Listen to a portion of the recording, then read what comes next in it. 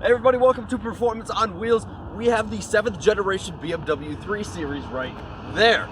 Check this thing out. In 1977, the BMW 3 Series came out, and until 2012, it was known as the performance sedan you need to live up to. Let's see if this all-new 7th generation model can live up to that. It's back, ladies and gentlemen, the 3 Series BMW. Let's take a peek together.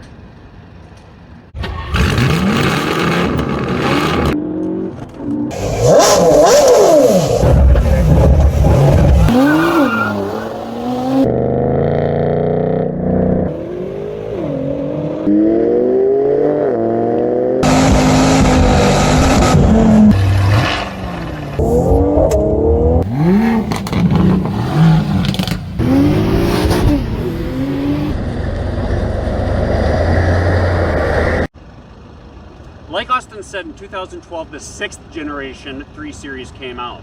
And up until that point, the 3 Series was known as that sport sedan. It was the benchmark that every other manufacturer tried to achieve. Now in 2012, there's a lot of negative rap around the 3 Series. Now with the 7th generation that was released in 2019, they might be back in their game. However, that market is extremely crowded. Mercedes C-Class, Jaguar XE, Volvo S60, Cadillac ATS, the Audi A4. Ooh, Audi A4, yeah. So we got the 3 main Germans. We got a little Swedish love with the S60. We got supporting the Brits with the XE, and we have the American ATS. These are all awesome cars. They are all on awesome platforms, and it makes choosing one of these models extremely difficult. It sure does. With all those models we just listed off, how the heck do you choose which one? Well, that is what we will hopefully cover in this video for you, going over the 330i Xdrive. Who buys this car? Who buys the cars in this class? It's someone who wants a fun driving experience. Not only luxury, because they are all luxury sports sedans, but they are also fun to drive.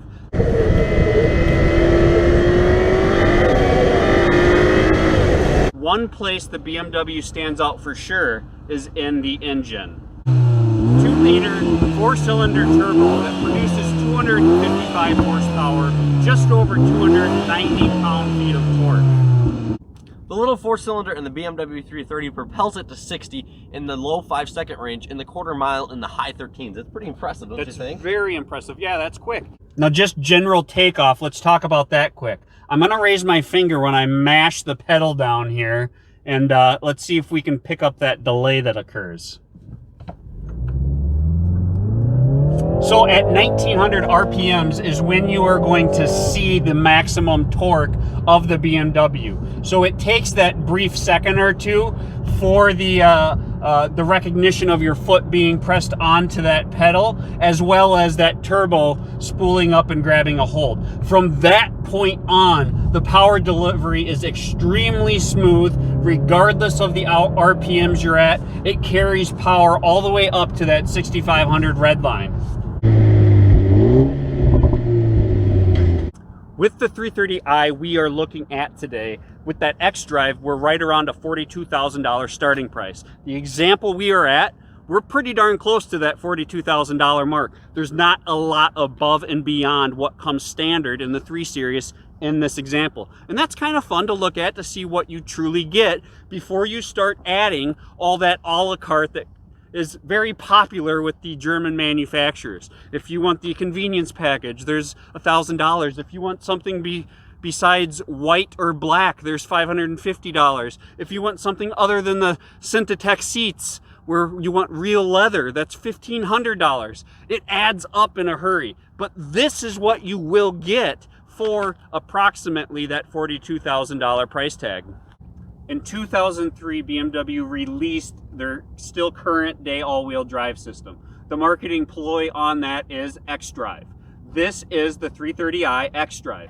Now for the 7th generation 330, the engineers at BMW did do some small revisions to that Xdrive system. They made sure that this was a rear platform focused vehicle. That is one thing to keep in mind. If you don't have the Xdrive, this is a rear-wheel drive vehicle. Now, some of the competitors, that's true as well. The Giulia, the Jaguar, that's all true. Now, if you're comparing this to a Volvo S60, the Volvo S60 is a standard front-wheel drive vehicle. Performance on the 330i in its class is pretty high up there when it comes to the competitors. So is gas mileage. You're going to expect a combined range of around the high 20s, and on road trips you're going to see mid 30s. There's no denying that the front of the BMW is classic, as it has been for many years. The kidney grille. There's no mistaking that this is a BMW. Now, my first 3 Series that I saw in the 7th generation, it did turn my head. And the reason it turned my head was because of the taillights. They are absolutely striking. We also have that standard dual exhaust now, where in the 6th generation on the lower tier models, we only had that single outlet. We have a rear view camera that's not hidden in any manner, and we also have some decent trunk space. Let's go ahead and check that out. So even with the back seats down, we have good sized cubbies on each side, and there's a very decent amount of trunk space in there. This isn't small in that area at all. If you guys have a car that we could come review, please send us an email at performanceonwheels111@gmail.com. And if you like what we are doing with our videos, go ahead and follow us on Instagram at performance_on_wheels. We do some photography on the side as well as these YouTube videos, and it's a lot of fun, and I'm excited for you guys to come join the ride with us. Now let's get back to the 330.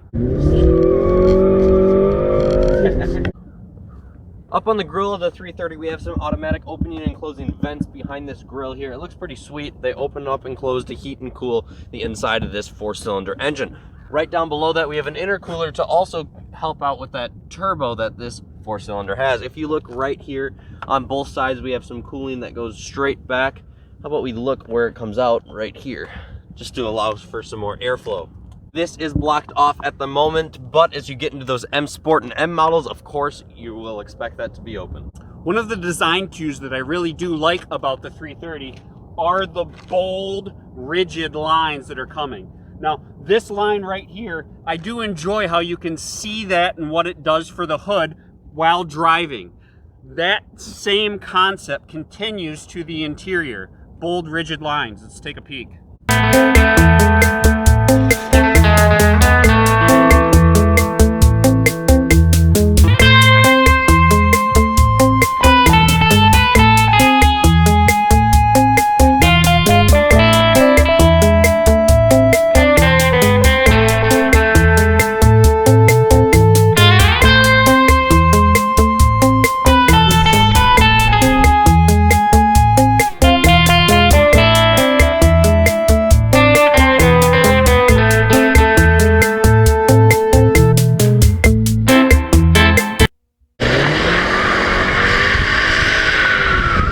One area that will be hard to beat is the seat comfort throughout the competition. And the competition is fierce. That G70 that's out on the market right now has some amazing interior, some amazing seats. Your Alfa Romeo, same deal. However, the sport-inspired seats that come standard with this awesome bolstering, it's pretty killer. Now, as far as the controls are concerned, it does not matter the height that you are. You can get comfortable in the front seats of the 3 Series BMW. At 6 feet tall, 220 pounds, I absolutely love driving this car from a sitting perspective. Now, whether I want to be sporty and be up closer with a straighter back, or whether I want to cruise and be leaned back a little more, I can adjust my height dramatically in the 3 Series, and it's very comfortable. I love the steering wheel, the grip that it has. Let's see what that back seat's like. Let's check it out. Hey! Whoa, whoa, whoa. Get on out of here. No, Minnesota weather. It's November. It is 35 degrees out. Oh, man. Just little fella was warm. cold. You're taking forever with your clips out here. Jeez. Let's see what it's like back here, guys. Okay, so getting in is not much of a deal. There's a little bit, it's kind of a low sitting position. So you are going to feel a little strain on your lower back getting in and out. There's a kind of a high footwell getting in there, so it's slightly awkward to get into the back seat. Now, once you're back here, I would say this is above average from some of the other competitors I've sat in the class. The Alfa Romeo Giulia, for instance, it took a little more work to get weaseled back here. I do have some climate control, which we will show you in just a second. The overall sitting position is very comfortable. I wouldn't say this is for an everyday car. Again, this is someone who owns the car, zips around to work, but can still carry 4 6-foot tall adults out to dinner or whatnot on a regular basis.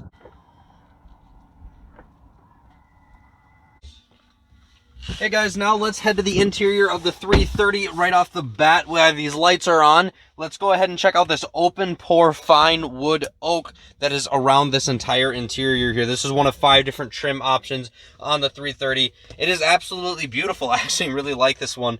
In my opinion, this would probably be the one I'd pick. It's got a nice dark tone to it and a lot of design throughout it, and I really like it. Let's start up this 330 so we can get the startup sequence. You ready? Of course, lots of technology is surrounding us with these 2 standard screens we have here for 2020 model year, which is better than Mercedes because Mercedes still has those gauges, the analog gauges that are standard, and you have to get that screen as an option. So let's go ahead and shut off these lights, which is here on the left side. As you can see, there's buttons down here. I'm gonna press this to shut off those lights. The daytime runners are always on, just so I can give you guys a better example of what's going on in here.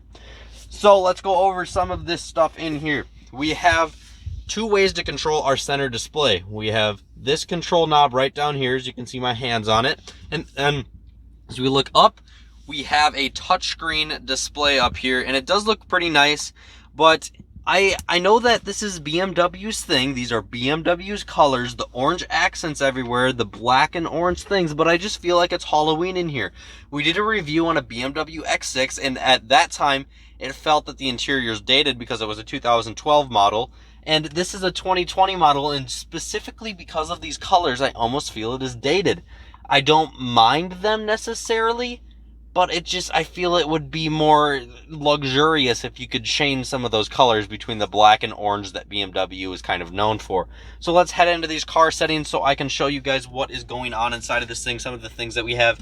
As you can see, these are just the, currently it's in the tech services area. So let's go over to these settings. We have our general settings. We have driving modes, guys. And this is one place you can access the driving modes. Here, look down here in the center stack real quick. You can also access these modes by just simply pressing these, and check out up here one more time, up on the screen here. As we press these, it will give us a cool little, the car driving, basically what it is. It doesn't really change the cool scenery behind it like AMGs and Audis do, but it does just sort of say that you're going into this mode. Check it out, it's on your screen. Over that center stack here right in front of that steering wheel. So one of the things that's kind of cool, you can have those orange and black colors I was just talking about, or you can do this driving mode view. Well, it'll change the design and the colors a little bit of this the mode that you're in. So as you can see, we have this red and cool little pattern because we're in sport mode. We can go to comfort, turns back to those orange and black colors. Our eco, where of course we are saving gas just by the color of blue. One more quick thing to show you on that center stack. Go into displays, go to reduce mode. Let's get rid of all of those numbers and just reduce it. It's sort of like calm mode on those Lincolns that we reviewed. If you guys watch those videos, it just gets rid of literally everything. It just makes it so much more simple. Lets you know the gear you're in and how fast you're going. That's it. It's reduced. It's quite simply that. Now let's go down a little bit. See this little green button here? I bet you're wondering what the heck that is. It's your safety stuff. I also really like these vents. Check this out. So when I pull them up more, the lights sort of light up along the entire thing just to show that they're open. And I think that's pretty sweet. All the buttons in this entire interior feel pretty high quality. Last thing, as I'm leaving this cabin, check out up here these lights. They're a pretty sweet design, and I gotta say they're crazy bright. Jeez, thing brightens up in here. My first impressions of the cockpit area, the infotainment, the instrument cluster of the 3 Series in the 7th generation is pretty darn good. I will say, however, I was a little taken back by the fact I couldn't find the odometer. I had no idea how many miles are on the car. Now, after a little digging and a little research, on your turn signal stock, there is a button labeled BC. Now, by pressing that button, it is going to change the instrument cluster on the right side by the tachometer. It's going to give you different options, such as radio station. There is our mileage. There's our coolant, our G-force meter. Driving impressions of the 330i Xdrive are fairly darn good. I am pleasantly surprised when I first got into the car. I'm about 2 days into driving it now, and it is a very enjoyable car to drive. You can get very analytical with steering feel and all that.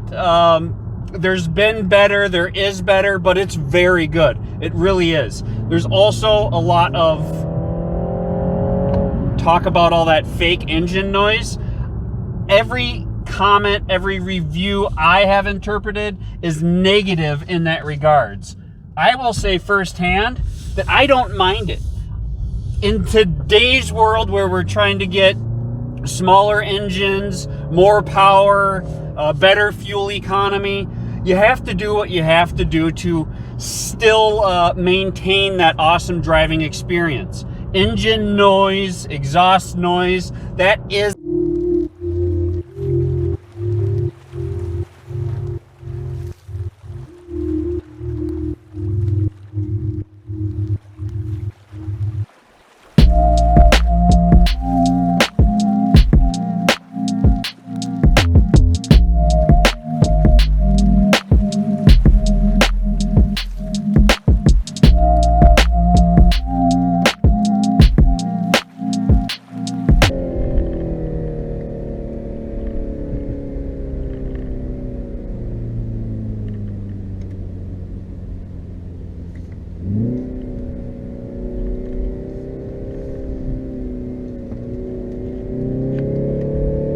Geez, the corner's really good. The grips. I love the fake sound. Standard feature is also that collision avoidance, parking sensors. You'll be able to see on the right side of the screen there that when we get close to something, it will give us a good warning of how close we are getting. So there is definitely a lot of good about the 330. The couple things that I may not like is the lane keep assist feature. You can have a real Jesus take the wheel moment if you're not ready for it and you have that sensitivity turned all the way up. It just really yanks you back into the lane. If you aren't expecting it, if you lose distraction for the slightest second, it can really pucker you up a little bit. What I will also say is, maybe I just can't find it, but I've looked everywhere in the infotainment system for some sort of audible chime that tells you about your lane keep assist or your collision mitigation, and there's no audible sign. You get a very brief vibration in the steering wheel. It's so brief that you may confuse it with some bumps in the road. Another design feature that I don't know if I'm a huge fan of, although I love the fact that I can just plop my phone out and plop her there for my wireless charging if you have that option enabled. What I don't like is the fact that if I have a full beverage down here and I hit a bump, it is going directly onto my phone.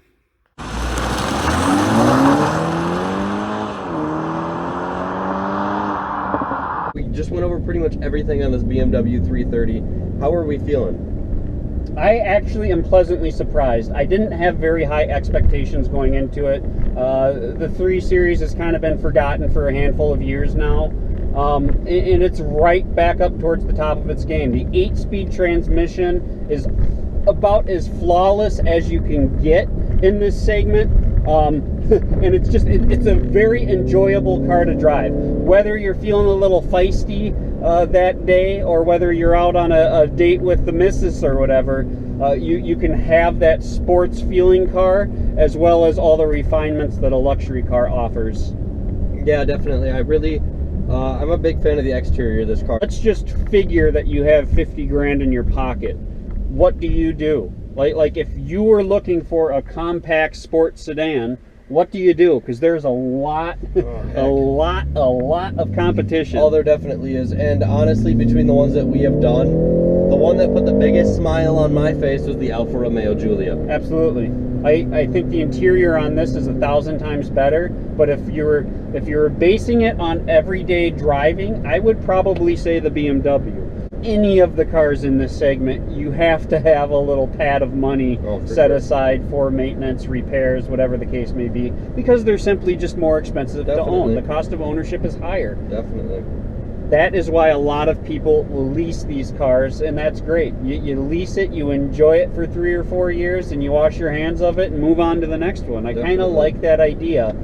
Where are you at? Where do you sit with your choice for the sports sedan market? Let us know in the comments below. Yeah, please let us know, guys. Like, subscribe. We hope you enjoyed today's video. Please go check out some of our other videos, and we hope to see you guys next time. Thank you so much for watching.